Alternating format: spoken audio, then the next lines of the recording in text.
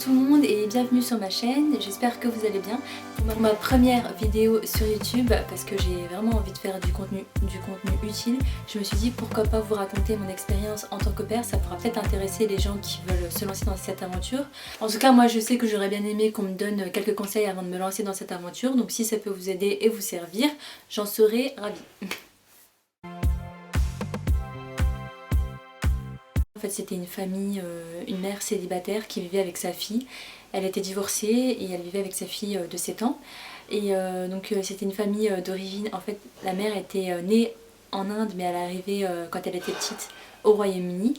Et moi j'adore la culture indienne, donc je me suis dit déjà, je dis oui direct parce que moi j'adore la cuisine indienne, la culture et tout. Enfin je trouve qu'ils ont des traditions, qu'ils ont de belles traditions et tout, des belles traditions.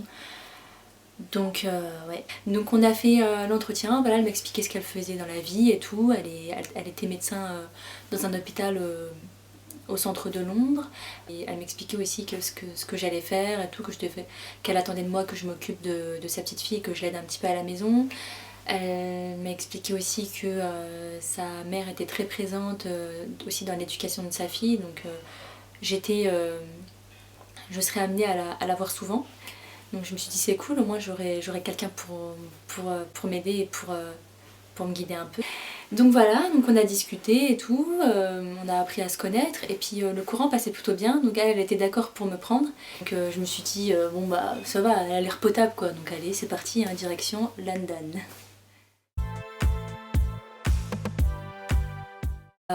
Je me souviens, c'était pile poil la rentrée scolaire, donc j'ai fait la rentrée avec la petite et tout. En gros, voilà, je travaillais de 7h à 9h. De 7h à 9h, je devais m'occuper de la petite, voilà, la réveiller pour aller à l'école, lui préparer son petit déjeuner, l'accompagner à l'école. Ensuite, je revenais, je m'occupais du ménage, ou soit parce qu'il y avait 2 jours dans la semaine où j'allais dans une école pour les étrangers où je suivais des cours d'anglais. Donc ça c'était cool, elle m'avait conseillé une petite école au centre-ville. Donc voilà, 2 jours dans la semaine j'y allais, mais par contre c'est moi qui devais payer, c'était à ma charge, hein, ça c'est sûr. Avec elle, ça ne pouvait qu'à ma charge. Donc ah oui, l'argent de poche, je gagnais 80 pounds par semaine. Alors vous allez dire c'est énorme, mais franchement je l'ai mérité, on va dire que je l'ai mérité, hein. Ça c'est clair et net. Donc on m'avait fait en fait un programme pour m'organiser en fait dans ce que je devais faire à la maison. Parce qu'elle était assez maniaque. Chaque jour j'avais quelques tâches ménagères à faire, donc je devais m'occuper de laver les sols, de nettoyer la poussière, de m'occuper du linge, du repassage, de préparer à manger, voilà, vraiment d'entretenir la maison en fait. Et même ça sur le coup j'étais un petit peu étonnée parce que je me suis dit que j'allais juste aider, contribuer on va dire aux tâches ménagères, mais je devais vraiment m'occuper de tout.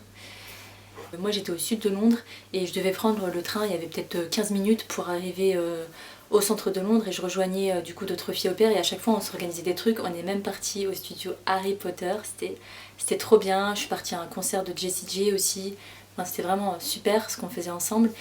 Mais le problème c'est que la semaine j'étais pas vraiment contente d'être là, j'attendais à chaque fois le week-end quoi, c'était pour souffler. Je profitais pas de mon aventure parce que je me sentais pas à ma place, je me sentais pas intégrée. Je voyais qu'il y avait vraiment une barrière entre moi et la famille, même si c'était que 2, hein, mais je comprends qu'ils aient aussi leur vie privée, qu'elle veut aussi que je respecte sa vie privée, bien évidemment.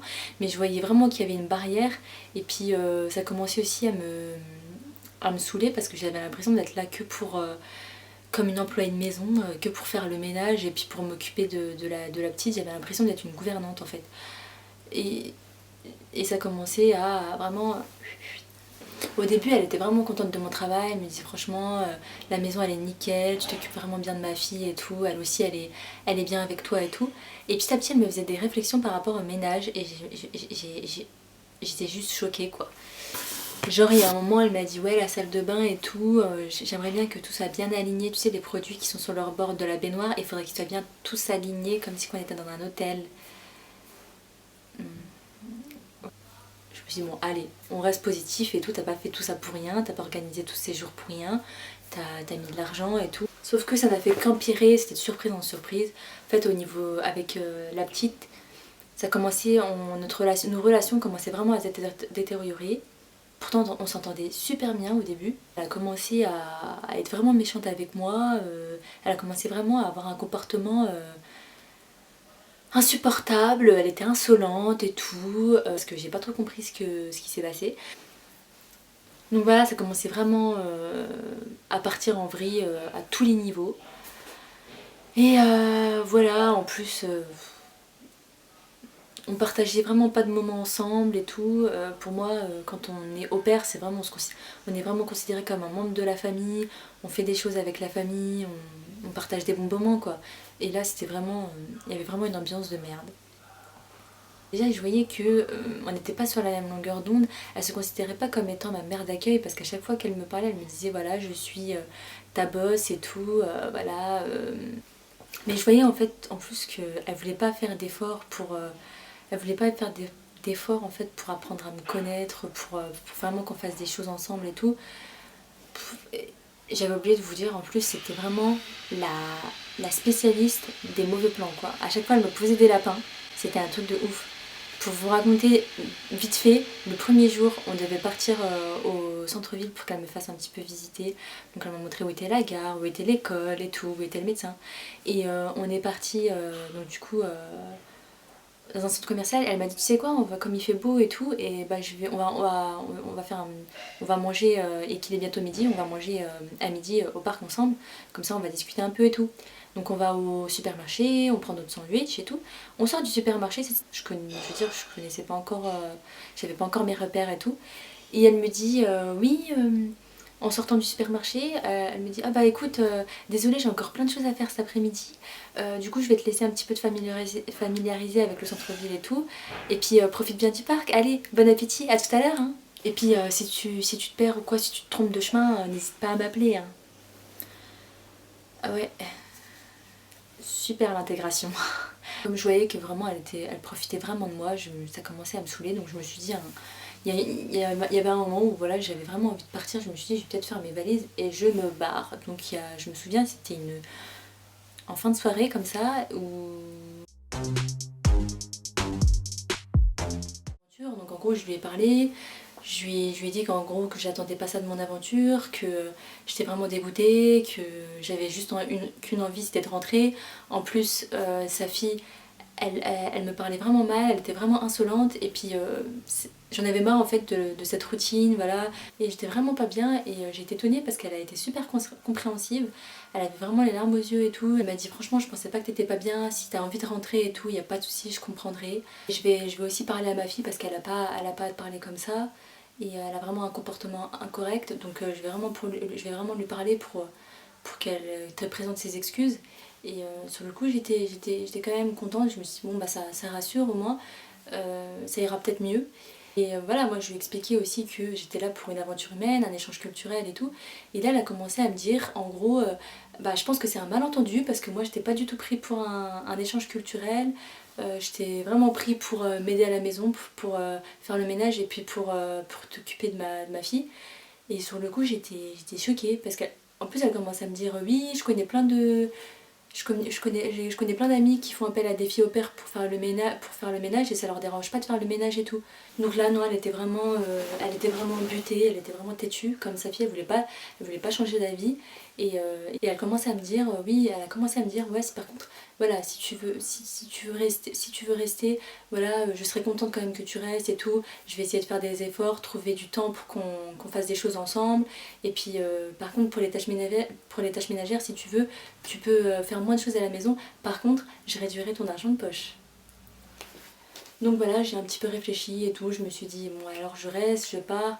Peut-être que les choses vont s'arranger et tout. Et finalement, je me suis dit, bon, je vais pas passer à côté de mon aventure, je vais rester. Et puis on va voir comment ça se passe. Finalement, ça n'a pas trop changé. Sa fille était toujours aussi méchante, aussi insolente. Elle, pareil. Enfin, elle me faisait moins de réflexion, mais s'il y avait vraiment une ambiance particulière, assez froide, quoi. Et puis voilà, il y a un moment, elle a voulu me faire plaisir, on est sortis, mais ça se voyait que ça venait pas du cœur. On a fait ça vraiment rapidement, on est parti au centre-ville, ça s'est fait à la va-vite, on est resté 2 heures. Elle m'a montré quelques petites boutiques et puis on est rentré. Enfin, ça se voyait que ça venait pas du cœur, quoi. Donc du coup, je suis restée jusqu'à la fin, parce que je me suis dit qu'il fallait pas que je gâche mon aventure et tout pour ça. Il y a des filles au pair qui ont fait qui ont eu des expériences encore pires que moi, et je me dis franchement par rapport à certaines personnes c'est du pipi de chat ce que j'ai vécu, donc je voulais faire encore plein de choses avec mes amis au pair, donc je me suis dit je vais pas tout gâcher, je vais rester et puis voilà.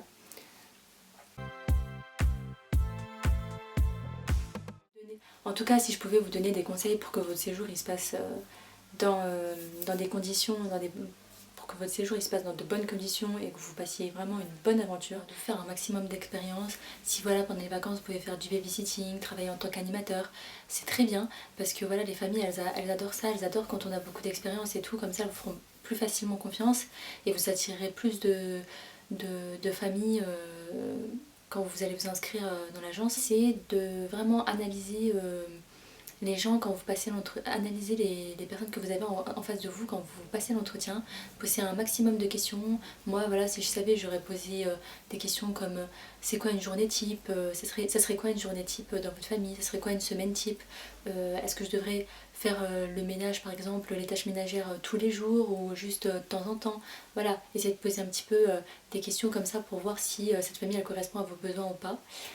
Et aussi, si vous voyez vraiment que voilà, vous avez un mauvais pressentiment, que vous le sentez pas et tout, surtout ne vous lancez pas parce que la première intuition, on dit que la première intuition c'est la bonne, donc si vraiment vous le sentez pas, ne vous lancez pas. Moi c'est vrai que déjà j'avais un mauvais pressentiment, je vous dis honnêtement, quand on a fixé le rendez-vous sur Skype, en fait elle m'avait posé un lapin et du coup elle m'avait recontacté tard dans la soirée alors que voilà, j'étais peut-être occupée quoi, donc déjà je le sentais pas, je me suis dit elle est un petit peu chelou, mais j'avais pas trop le choix parce que je me suis dit moi on prend le risque quand même de prendre cette famille parce que il y avait pas beaucoup de profils qui s'étaient intéressés il y avait pas beaucoup de familles qui s'étaient intéressées à mon profil. Si je devais vous donner un autre conseil, ça serait aussi de profiter à fond de votre séjour en fait.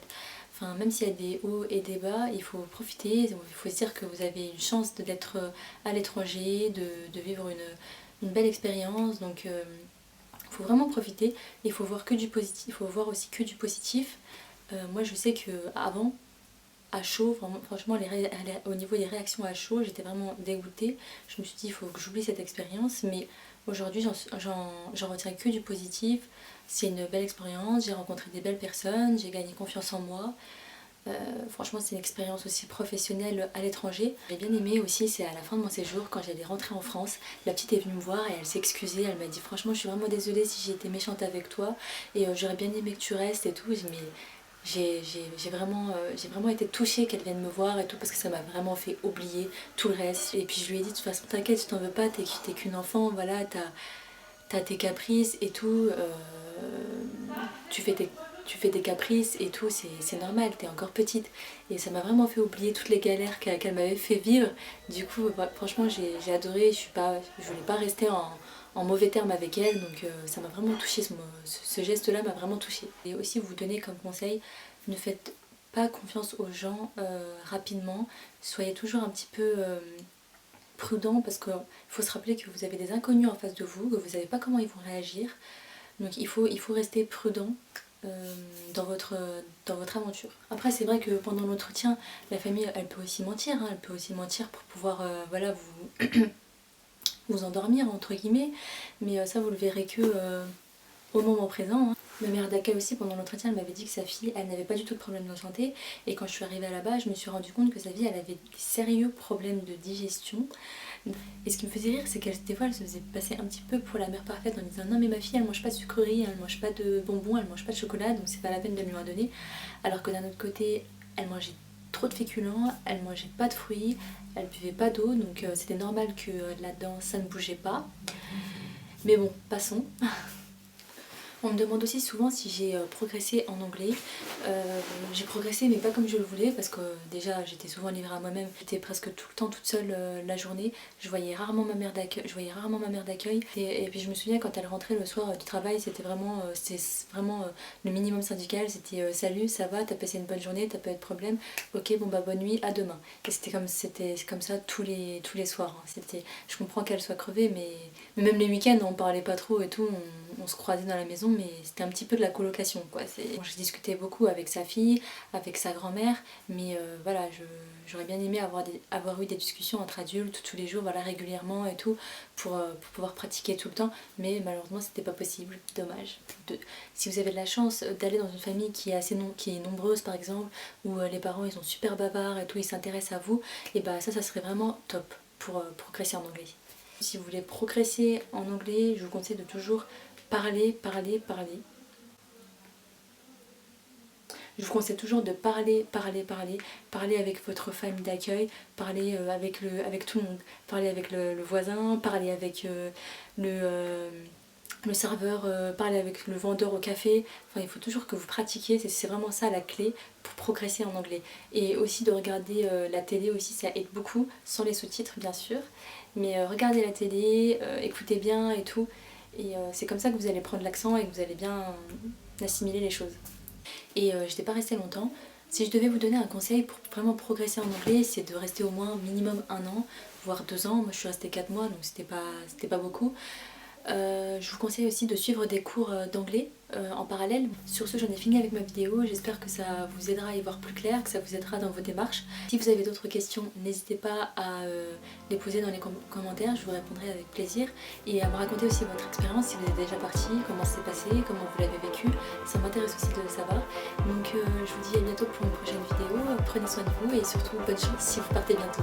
Ciao!